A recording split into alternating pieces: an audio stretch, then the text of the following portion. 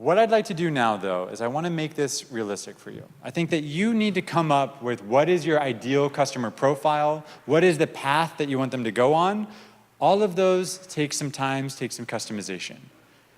But what I want to do right now is I want to teach you some sales skills that you can use in any situation. Would that be valuable to you? Yes. Okay. How many of you have scheduled meetings with investors or potential customers? Okay, there's two things that I want to break down. The first one, what goes into an effective communication? I wasn't always comfortable standing on stage here.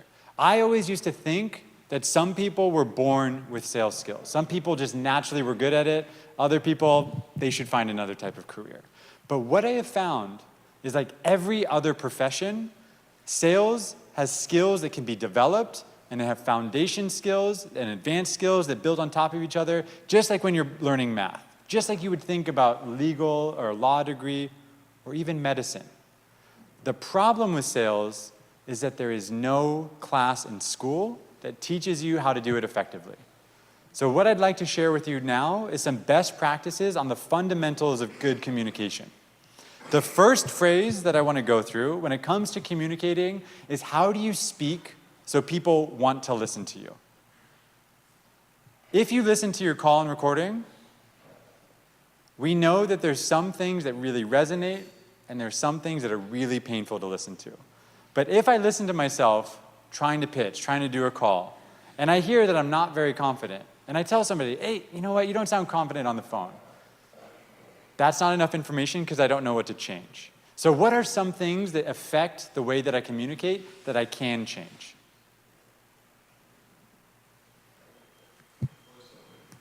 Voice level. So there's a couple things that go into voice level. Volume that I speak, or the pitch that I can go through, up and down. Can I ask you a personal question? How do you feel when I ask you a personal question by lowering my voice like this?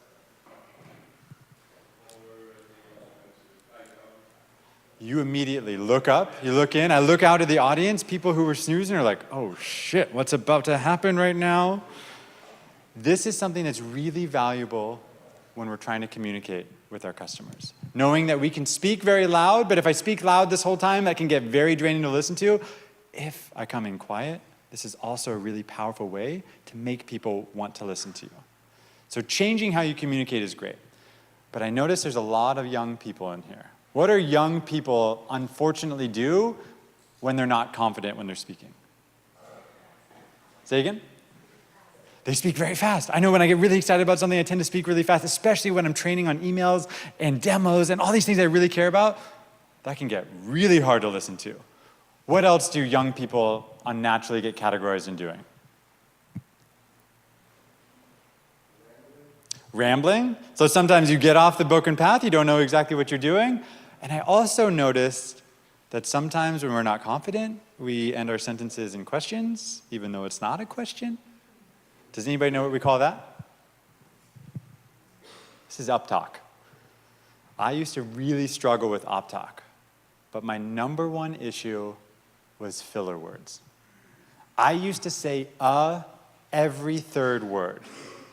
The problem with is that it makes you sound not confident, not familiar in what you're saying.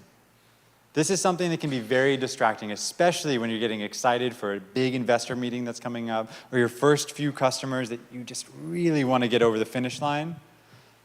Does anybody know how to combat the issue of using filler words like yeah, yep, got it, cool, perfect, uh-huh?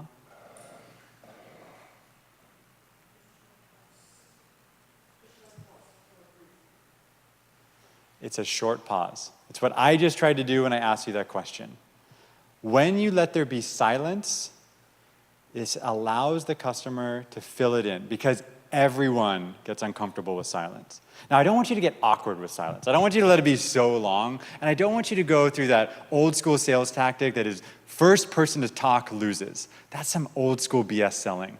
What I'd like you to do, though, is realize that selling happens in the talking, buying happens in the silence. If you have something powerful that you want to say or a question that you really want answered, Don't fill it in just because you're uncomfortable. Realize that you can ask a good, simple question and let there be silence. The first way that I want you to remember this is by calling this tone. Tone is the things that you can change in your voice to make people want to listen to you. I don't want you to change everything all at once. I want you to figure out one of the things that you can change to be a better communicator. We are not born with it. This is a skill like anything else. Don't just get complacent and comfortable with how you normally talk. Realize that you can change to be better communicators. And that was my first lesson working in the ER. Part of my job was helping people get splints on. They broke a limb, I would have to splint up their arm or their leg and then teach them how to take care of it. The same idea was there for a 6-year-old and an 86-year-old. But I had to change how I communicated depending on who was on the other side. How do old people talk? Slow, soft, deliberate. Sometimes it can be painful. When I used to talk to my grandma, I'd be like, why are you talking so slow? There's too much to cover today, Grandma. I want to teach you how to use this iPhone. It's going to change your life. I can't wait to tell you about the internet. Get all your news articles on there. And stop replying to those Nigerian princes. They don't have money for you. Now, ultimately, this comes back. We need to change how we communicate, not on what we feel comfortable with, but on how the other person likes to communicate with. Treat it like a game. Next time you're in an Uber, a taxi, Lyft, I want you to use this idea to try and listen how they are communicating and match what they're saying. Questions for me on tone? How do I use it to combat filler words? Okay, the only antidote to filler words is replacing them with silence. I used to try and put on my computer screen with a big X out of it. I got blind to it. I ended up not saying it. The thing, and I don't advocate this for everybody because violence in the workplace is never a good idea, but the threat of violence really helped me. I told my colleague behind me who I loved, I was like, if you notice me on a demo with a customer and I start saying, I give you full permission to come over and just hit me on the arm. And I realized that the threat of getting hit in mid-demo made me snap out of this. When I started realizing I almost said, it made me get out of my normal flow.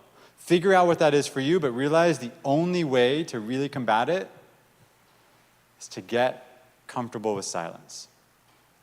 If you find that you speak too fast or you accidentally overtalk your customer, I don't want you to do what some of the experts say, wait 3 to 5 seconds. Because that's way too long. All I want you to do, take a deep breath before you start speaking again. That'll allow you to have enough silence so if they want to continue talking, they can jump back in, but also helps build a good cadence. Does that help answer your question?